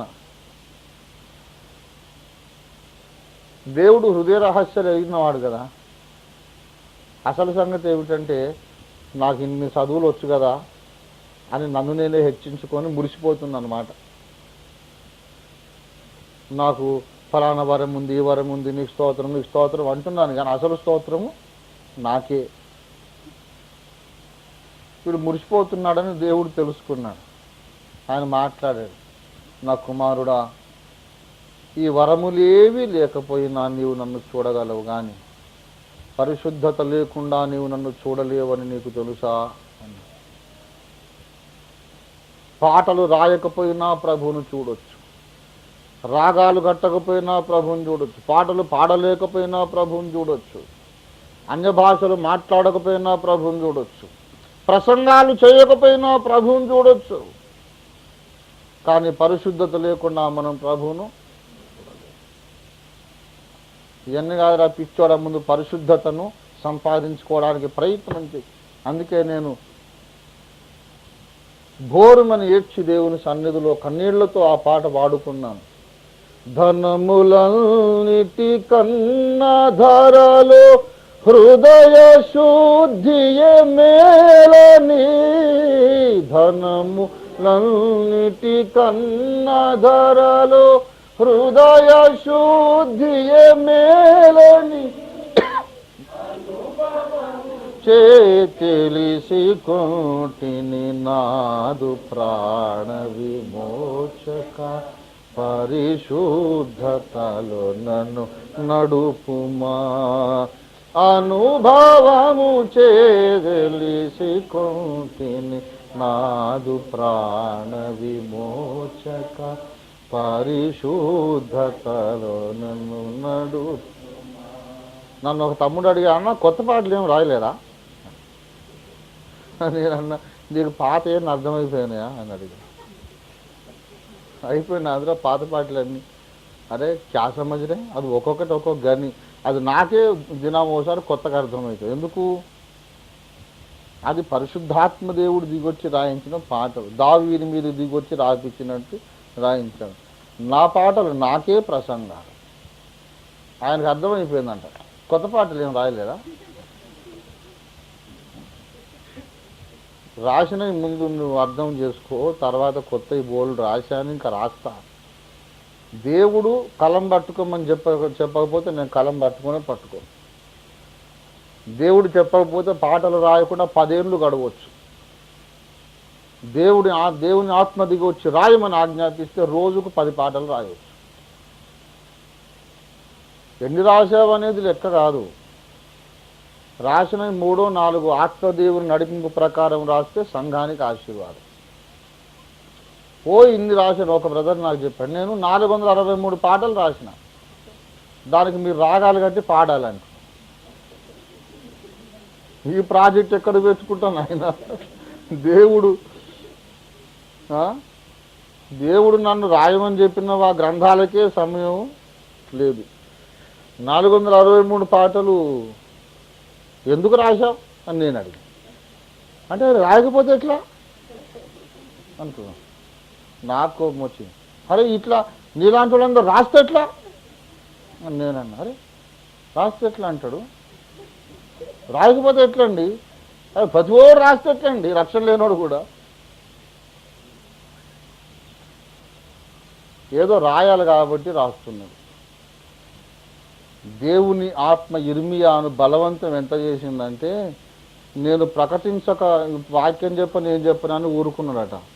ఊరుకుంటే వాక్యము నా ఎముకల్లో అగ్ని వలె, నాకు ఆరోగ్యం లేదు, నా పరిస్థితి చూస్తున్నారు, 3 గంటల దాకా ఎందుకు కూర్చోబెట్టి బాధుతున్నా మిమ్మలను? ముగించిపోయి పండుకోలేకనా? లోపల అగ్ని ఉంది, అందుకు ఈ బాధ. లోపల అగ్ని మండకపోతే ఒక పాట రాయొద్దు, ఒక సాక్ష్యం చెప్పొద్దు, ఒక ప్రసంగం చేయొద్దు.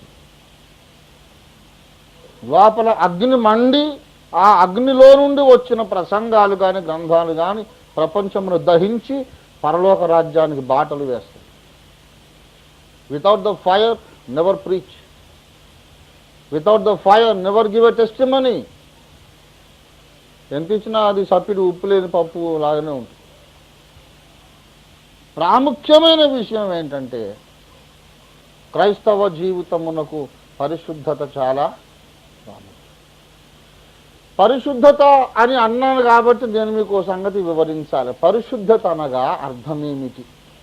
ఇది కూడా చెప్పకపోతే అన్యాయం అయిపోతుంది. దేవుడు నన్ను మొట్టికాయలు కొడతాడు. ఎప్పుడైతే పరిశుద్ధత అని చెప్పానో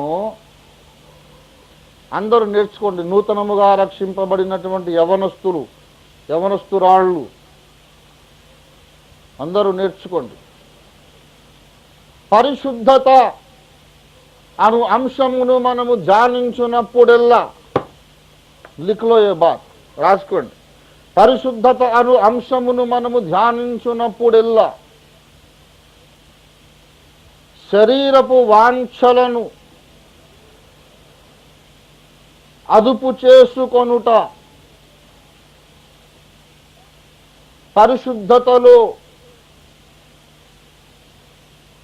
తప్పనిసరి భాగమని జ్ఞాపకముంచుకొనవలెను. మళ్ళీ చెప్తా, పరిశుద్ధత అను అంశమును మనము ధ్యానించినప్పుడెల్లా శరీర వాంఛలను మనము అదుపు చేసుకొనుట పరిశుద్ధతలో తప్పనిసరి భాగమని జ్ఞాపకముంచుకొనవలెను.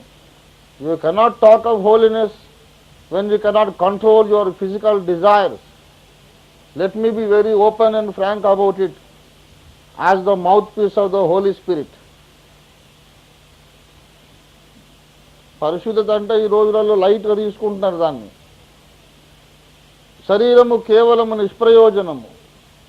దేవుడు హృదయము లక్ష్య పెట్టువాడు కనుక శరీరంతో ఏమన్నా చేయవచ్చు అనే పనికిమాలిన టీచింగ్ ఒకటి అఫీషియల్గానే సంఘంలోకి వస్తుంది గ్రంథ రూపంలో. అందుకే చెబుతున్నాను, శరీర వాంఛలను అదుపు చేసుకోకుండా పరిశుద్ధంగా జీవిస్తున్నాను అనేది ఒకటి నాన్ సెన్స్. అది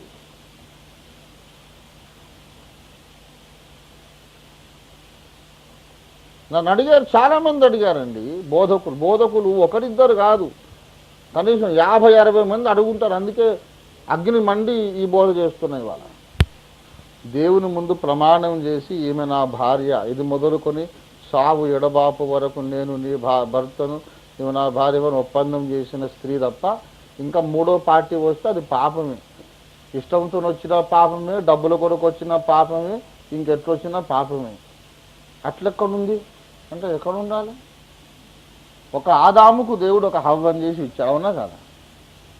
5-6 హవ్వలు చేయలేడా దేవుడు?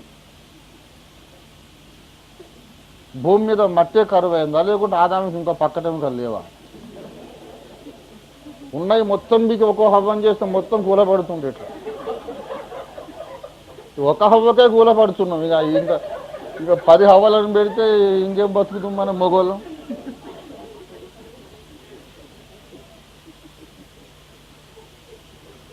ఒక హవ్వనే తట్టుకోలేకపోతున్నారు మొగోళ్ళు. అందుకే దేవుడు కనికరించి ఒకరు రాలేరా, నువ్వు దాంతో పడితే ఇంకా అదే గొప్ప, నువ్వు నీ కిరీటం ఇస్తా, ఎందుకు 5-6 ఎందుకు హవ్వలు నీకు అని దేవుడు ఎంతో కృపామయుడే ఒకదాన్నే ఇచ్చిండు. నేను చెప్పండి, మీకు అర్థమైందా? చెప్పింది ఎట్లా అర్థమైంది అనుకో, చెప్పింది కూడా అర్థం చేసుకోవాలి, అప్పుడే మరి సంపూర్ణ సిద్ధి.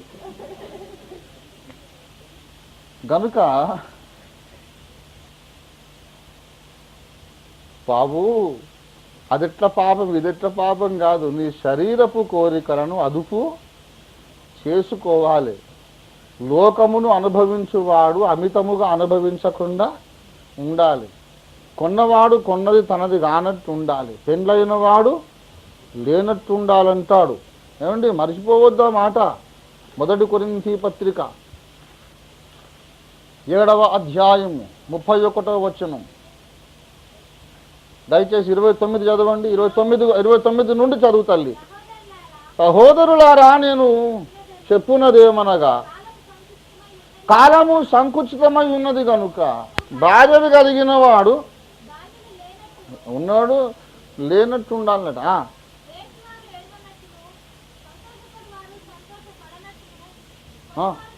కొనువారు తాము కొన్న తమది కానట్టును, లోకం అనుభవించువాడు అమితముగా అనుభవించనట్లు ఉండవలని. ఏలయనగా లోకపు నటన గతించుచున్నది. ఏమండి, you must learn to control your physical desires. తిండి మీద కోరిక, నిద్ర మీద కోరిక, శరీర సుఖం మీద కోరిక, ఈ 3 జయించనోని దేవుడు ఎప్పుడు వాడుకోడు. God will never use him. 3 జయించాలి. కొంతమందికి తిండి ఎక్కువ, తిండి జయించలేరు. మహాప్రసంగికులే చికెన్ కర్రీ పెట్టకపోతే ప్రసంగంలో డైరెక్ట్గా మైకులు తిడతాడు. మీ ఊర్లో కోళ్ళు లేవా? దైవజనుని ఎట్లా గౌరవించాలో తెలియదా? దైవజనుని మనం ఎట్లా ప్రేమించాలి తెలియదా? దైవజనుని ఘనపరిచేది తెలియని వాళ్ళు ఎందుకయ్యా కూటాలు పెట్టేది? సరే, కోడి అడిగిండు కదా అని చెప్పేసి కోడి కూర కోసి పెడితే, మీ కోళ్లకు ఊరిలో కార్జములు లేవా? గుండెలు లేవా? అది లేదా అంటే అన్ని మొక్కలు లెక్క పెట్టుకుంటుండు. కోడిని కోస్తే దీంట్లో అది ఉందా ఇది ఉందా, ఎంత తిండి ఏంటదా అసహ్యంగా అసలు. ఏంటి, వారు మీ ముందర పెట్టున్నవి ఏదో తినమన్నాడు, అంతేగాని డిమాండ్ చేయమన్నాడు ఏసయ్య. వారు మీ ముందర పెట్టినవి వాళ్ళకి ఒక్కోసారి దేవుడు ఆశీర్వదించి పలావు పెట్టవచ్చు, ఒక్కోసారి గంజి ఉండొచ్చు. పలావుకి ఎంత సంతోషమో గంజికి కూడా అంతే సంతోషం. ఆ గంజి కూడా లేకపోతే ఉపవాసం ఉంటే అదైనా సంతోషం. యేసయ్య వార్త ప్రకటించడమే నాకు భోజనం. ఏమండి, నన్ను పంపిన వాని చిత్తము జరిగించుటయే నాకు ఆహారమైంది అనుకోవాలి సేవకుడు. ఏమండి, సేవకుడు అంటే సేవే కూడు అనుకోవాలన్నట. సేవకుడు అంటే అర్థమైంది, సేవే కూడు అనుకోవాలని. ఇప్పుడు అట్లా అనుకుంటలేరు, కూడే సేవ అనుకుంటున్నారు. రివర్స్. సేవ అంటే ఏందనుకున్నావు? Regularly chicken biryani, mutton biryani. సేవ ఎట్లా జరుగుతుంది తమ్ముడు? బాగా అబ్బా, దేవుడు వండర్ఫుల్గా వాడబడుతున్నాడు అన్న. దేవుడు వాడుకుంటలేడట, దేవుడు వాడబడుతున్నాడట. ఎట్లా వాడబడుతున్నాడు తమ్మి దేవుడు అంటే, everyday chicken pulao. God is blessing my ministry like anything.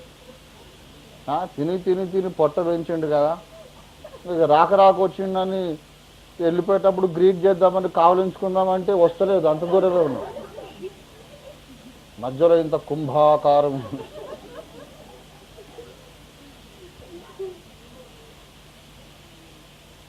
నాశనమే వారి అంత, కడుపే వారి దేవుడు నాశనమే. అరే ఎంత ఉంటే అంతే చాలు, ఏదన్నా పెట్టండి, ఆకుకూరలు కాయగూరలు. దీని కొరక మనం ప్రభుని వెంబడించేది. దేవుని బిడలారా, తిండిని ప్రేమించకండి, నిద్రను కూడా ప్రేమించదు, తర్వాత శరీర సుఖాన్ని కూడా ప్రేమించదు. నా భార్యతో నాకు సంతోషం లేదు అని అంటే నేను చెప్పిన నీకు 20 భార్యలు ఇచ్చిన సంతోషం ఉండదు. సంతోషము యేసయ్యలో పొందేది నేర్చుకోవాలి. యేసు ప్రభులో తృప్తి పడుట నువ్వు నేర్చుకోకపోతే నిన్ను భార్య సంతోషపెట్టలేదు, భర్త సంతోషపెట్టాడు, ఎవరు సంతోషపెట్టరు. తృప్తి యేసులో పొందాలి. నీ ముఖ దర్శనము చేత నా ప్రతి ఆశను తెచ్చుకున్నాను. If you don't know how to be satisfied in the presence of Jesus Christ, నీవి లోకంలో ఏది పొందినా నీకు తృప్తి ఉండదు. మరి ఇన్ని చెబుతున్నవాడు నువ్వు ఎందుకు భార్యను వదిలిపెట్టినావు అంటే, తిక్కలోడ నేను ఎప్పుడు వదిలిపెట్టిన, నా వదిలిపెట్టిపోయింది అన్నీ చెప్పాను. I never left my wife. తెలియదు కొంతమందికి.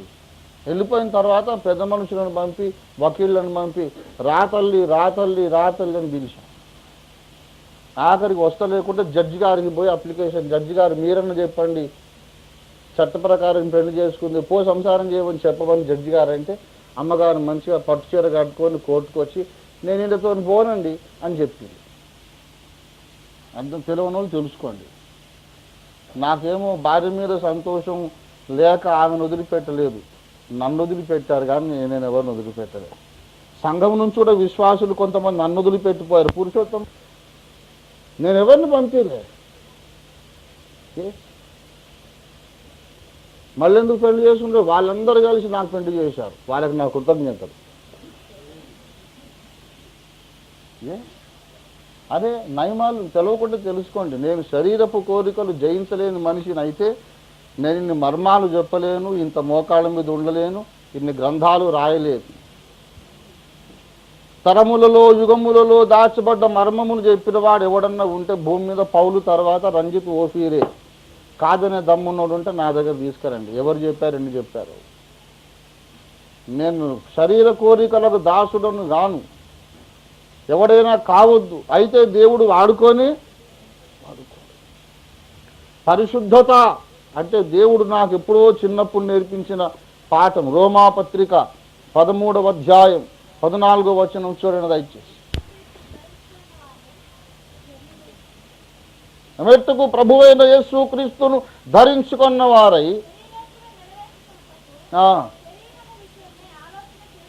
అందరూ చెప్పండి, శరీరేచ్ఛలను నెరవేర్చుకొనుటకు శరీరము విషయమై ఆలోచన చేసుకొనకూడి. మళ్ళీ చెప్పండి, శరీరేచ్ఛలను నెరవేర్చుకొనుటకై శరీరము విషయమై ఆలోచన చేసుకొనకూడి. నేను ఆలోచన చేయలేదండి, దేవుడు వండర్ఫుల్గా ఆ ఏర్పాటు చేశాడు. రే నువ్వు 100 సంఘాలునివి, నీ ప్రక్కన ఒక మనిషి ఉండకుంటే కష్టమని సర్వశక్తి గల దేవుడు ఎంత పర్ఫెక్ట్గా చేసిందంటే, ప్రజాకోర్టు పెడితే రంజిత్ తోఫీర్ తప్పని నిరూపించడానికి ప్రపంచ మేధావులు ఎవ్వడు పనికిరాడు. బాగా న్యాయం విచారిస్తే ఓఫీర్ అన్నది ఏమి తప్పు లేకుండానే ఒక ఇల్లు కూలింది, ఇంకో ఇల్లు దేవుడే కట్టాడు అని మీకు నిరూపణ అవుతుంది. నేను తప్పు చేయలేదు అనే ఖండితమైన అధికారం ఉంది కనుకనే బైబిల్ పట్టుకునే దమ్ముంది. లేకుంటే ఇంత గట్టిగా బోధ చేస్తాను, నేను చేయలేను. దేవుని బిడ్డలారా, పరిశుద్ధతను గూర్చి మాట్లాడుతున్నా కానీ ఇవంతా చెప్పాల్సి. శరీరేచ్ఛలను గూర్చి నెరవేర్చుకోవడానికి శరీరమును గూర్చి ఆలోచన చేయకుండా, శరీరమును గూర్చి ఆలోచన లేకుండుట ఎందులో భాగము? పరిశుద్ధతలో భాగం. ఇప్పుడు 2వ సూత్రం రాసుకోండి. శరీరేచ్ఛలను విస్మరించినంత మాత్రమున, ఇదంతా 3వ పాయింట్లోనే, 4వ పాయింట్, శరీరేచ్ఛలను విస్మరించినంత మాత్రమున పరిశుద్ధత సంపూర్ణము కాదు.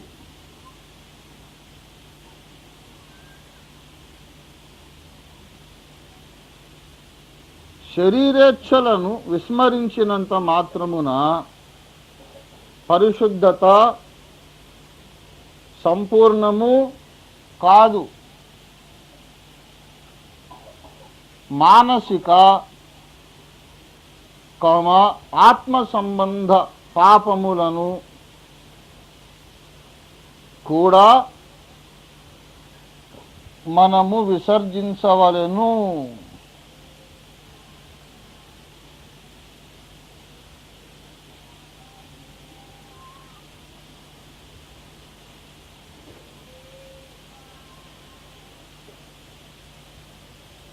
పరిశుద్ధత అంటే కొంతమంది అనుకుంటున్నారు పరిశుద్ధ జీవితం ఉండాలంటే పెళ్లి చేసుకోవద్దని. పెళ్లి కాని వాళ్ళంతా పరిశుద్ధులని అనుకోకండి. శరీర వాంఛలను విస్మరించినంత మాత్రాన పరిశుద్ధత సంపూర్ణం కాదు. దేన్ని కూడా మనం విసర్జించాలి? మానసిక ఆత్మ సంబంధ పాపములనగా ఏమేమి చెప్పుకోవచ్చు చెప్పండి? అసూయ,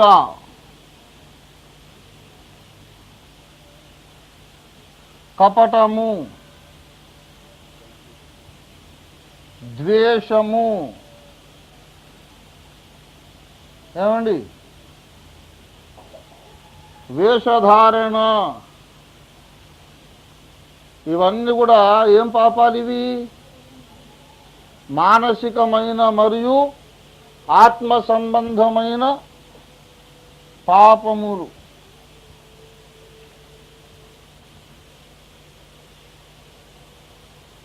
ఇవన్నీ ఇంకా ఇవన్నీ మానసికమైన ఆత్మ సంబంధమైనది ఏంటిదంటే అవిధేయత, దేవుని వాక్యమునకు అవిధేయత. ఆత్మ సంబంధ పాపాలు ఇంకోటి చెప్పండి, నిర్లక్ష్యము. దేవుడు ఆజ్ఞాపించిన దాన్ని నిర్లక్ష్యం చేస్తే అది ఆత్మ సంబంధ పాపం.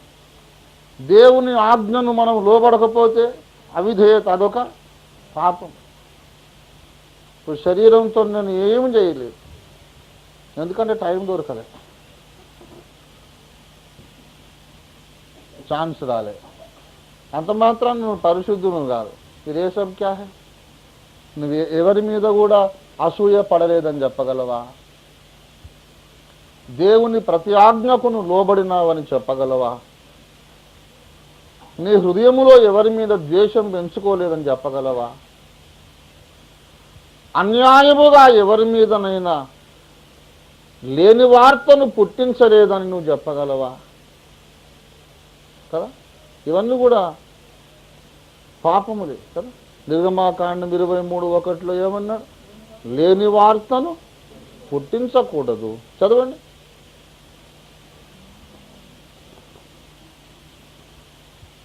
23:1 తొందరగా.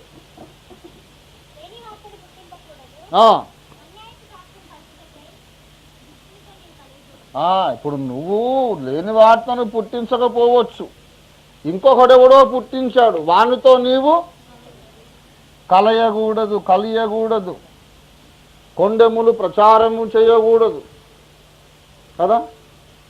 ఇవన్నీ ఇప్పుడు పాపాలే. నేను అసలు ఒక స్త్రీ వంక కన్నెత్తి కూడా చూడను, ఆలోచన కూడా నాకు అది ఉండదు అని నువ్వు అనుకోవచ్చు. అంత మాత్రాన పరిశుద్ధత సంపూర్ణము కాదు. పరలోకమునకు యోగ్యమైన పరిశుద్ధత ఏంటంటే ఈ శరీరపు వాంఛలను సిలువ వెయ్యాలి. అర్థమైందా? శరీరపు వాంఛలను సిలువ వెయ్యాలి. దానితో పాటు మనస్సుకున్న కల్మషమును కూడా మనం కడుక్కోవాలి. గలతీ పత్రిక 5వ అధ్యాయం 23వ వచనము చూడండి. ఇట్టి వాటికి విరోధమైన నియమమేదియూ లేదు. క్రీస్తు యేసు సంబంధులు శరీరమును దాని ఇచ్ఛలతోనూ దురాశలతోనూ సిలువ వేసి ఉన్నారు. పరిశుద్ధత అంటే అర్థం ఏంటండి? శరీర ఇచ్ఛలను దురాశలను సిలువ వేయాలి. శరీరేచ్ఛలను సిలువ వేసినంత మాత్రాన చాలదు కానీ 2 కొరింథీ పత్రిక 7వ అధ్యాయం 1వ వచనం ప్రకారం శరీరమునకును ఆత్మకును వంచిన సమస్త కల్మషము నుండి మనలను మనమే పవిత్రులుగా చేసుకోవాలి. అసలు పరిశుద్ధత అంటే అది. ఒక్కోసారి చెప్తుంటాం, శరీర కార్యములే కాదు ఆత్మలో పరిశుద్ధత ఉండాలి, మానసిక పరిశుద్ధత ఉండాలని చెప్తూ ఉంటాం. దానికి అర్థం ఏంటంటే నువ్వు శరీరంతో ఏమన్నా చేయవచ్చు అని కాదు. కాదు కాదు కాదు I never believed it, I never practised it. శరీర కార్యాలు ఓకే, పర్వాలేదు, చేసుకో అని నేను ఎప్పుడు నమ్మలేదు, ఆచరించలేదు, బోధించలేదు. జాగ్రత్తగా ఉండాలి. కానీ దాన్ని ఎందుకు చెప్పమంటే, అరే ఆ మాత్రం తెలియని వాళ్ళు ఇక్కడికి ఎందుకు వస్తారు అని. అర్థమైందా? శరీర కార్యాల గురించి ఎందుకు గట్టిగా చెప్పము? ఆ మాత్రం కామన్ సెన్స్ అది కూడా లేని వాళ్ళు ఇక్కడ క్రైస్తవులు ఇక్కడికి ఎందుకు వస్తారు? బైబిల్ పట్టుకొని ఇక్కడికి వచ్చారంటే వ్యభిచారం పాపం అని తెలియకుండా వస్తారు ఎవరన్నా? అది తెలుసు, చెప్పనక్కర్లేదు అని చెప్పడం లేదు. అంతేగాని తన ఎప్పుడు ఈ విషయంలో ప్రసంగం చేయడం లేదు కాబట్టి ఏం పర్వాలేదు, ఏమన్నా చేసుకోవచ్చు అన్నమాట, ఆదివారం ఒప్పుకోవచ్చు అన్నమాట అనుకోకండి. అట్లా చేసినందుకే కొరింథీయులు కొంతమంది బలహీనులయ్యారు, రోగులయ్యారు, కొంతమంది ఏకంగా చచ్చిపోయారు. ప్రతివారం కడుక్కుంటున్నాము కదా అని మళ్ళీ పాపాలు చేయడానికి ధైర్యం తెచ్చుకోకండి. మూల పాఠము, మనమందరము పాపులం అనేది ఎంత ప్రాముఖ్య మూల పాఠమో, యేసు రాకకు ముందు మనం పరిశుద్ధులము కావాలి అనేది అంతే ముఖ్యమైన మూల పాఠం. దేవుని స్తోత్రం కలుగును గాక. హల్లెలూయా. నీ శరీర వాంఛలను నీ అదుపు చేసుకోవడం నేర్చుకోవాలి.